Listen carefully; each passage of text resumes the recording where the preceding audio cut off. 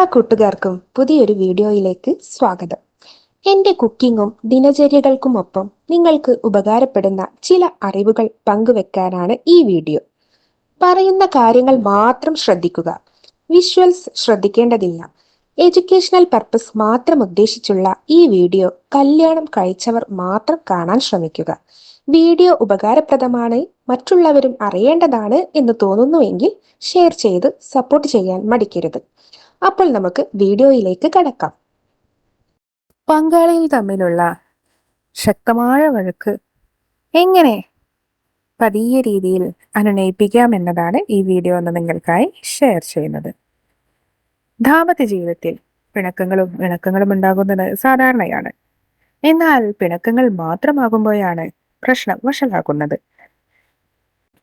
എന്നാൽ പിണക്കങ്ങൾ ദിവസങ്ങളോളം നീണ്ടു നിൽക്കുമ്പോൾ കൂടുതലായി പങ്കാളികൾ തമ്മിലുള്ള മാനസിക അടുപ്പം കുറഞ്ഞു വരുന്നു. എന്നാൽ പിന്നീട് ഇത് അകലും തോറും കൂടുതൽ ബന്ധങ്ങൾ വ്രണപ്പെടുത്തുകയാണ് ചെയ്യുന്നത്. എന്നാൽ ഇത്തരത്തിലുള്ള ബന്ധങ്ങൾ എങ്ങനെ കൂടി ചേർക്കാമെന്ന് കൂടി നോക്കേണ്ടതുണ്ട്.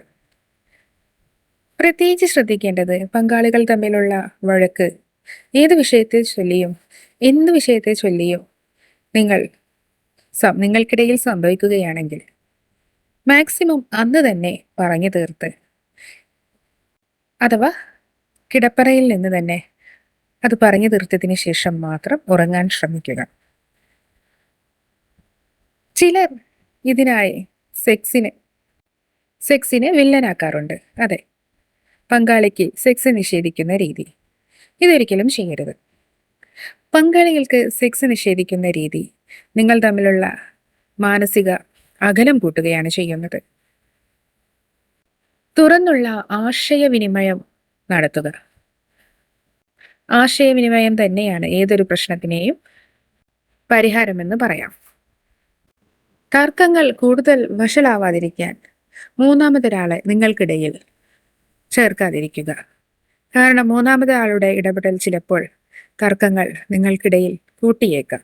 നിങ്ങൾക്ക് അത്രയും വിശ്വസ്തനും ബഹുമാനവുമുള്ള വ്യക്തിയാണെങ്കിൽ മാത്രം തർക്കങ്ങളിൽ അദ്ദേഹത്തെ ഉൾപ്പെടുത്താം. തെറ്റുപറ്റിയിട്ടുണ്ടെങ്കിൽ സോറി പറയാൻ പങ്കാളികളിൽ ഇരുവരും തയ്യാറാകേണ്ടതുണ്ട്. എങ്കിലേ ബന്ധങ്ങൾ നല്ല രീതിയിൽ മുന്നോട്ട് പോകൂ. അതുപോലെ പങ്കാളിയുടെ ഇഷ്ടങ്ങൾക്കും ആഗ്രഹങ്ങൾക്കും വില കൊടുക്കുകയും അതിനെ ബഹുമാനിക്കുകയും വേണം. അല്പമൊക്കെ പങ്കാളിക്ക് വേണ്ടി നിങ്ങളുടെ സമയം മാറ്റിവെക്കുക. എന്നാൽ തർക്കത്തിലായിരിക്കുന്ന സമയത്ത് പങ്കാളിയെ ദേഷ്യം കൂടുതൽ തോന്നിപ്പിക്കുന്ന രീതിയിലുള്ള സംസാരങ്ങളും പ്രവൃത്തികളും ഒരിക്കലും ചെയ്യരുത്. ഇത് പിന്നീട് നിങ്ങൾക്ക് തന്നെയായിരിക്കും പ്രശ്നങ്ങൾ ഉണ്ടാക്കുക. ആ സമയം നിങ്ങൾക്കിത് കൂടുതൽ ത്രില്ലടിപ്പിക്കുമെന്ന് ഉണ്ടെങ്കിലും നിങ്ങൾ ഇത്തരത്തിലുള്ള സ്വഭാവ രീതികൾ ഒരിക്കലും പിന്തുടരാതിരിക്കുക. അപ്പോൾ മറ്റൊരു വീഡിയോയിലൂടെ വീണ്ടും കാണാം. അതുവരേക്കും ബൈ.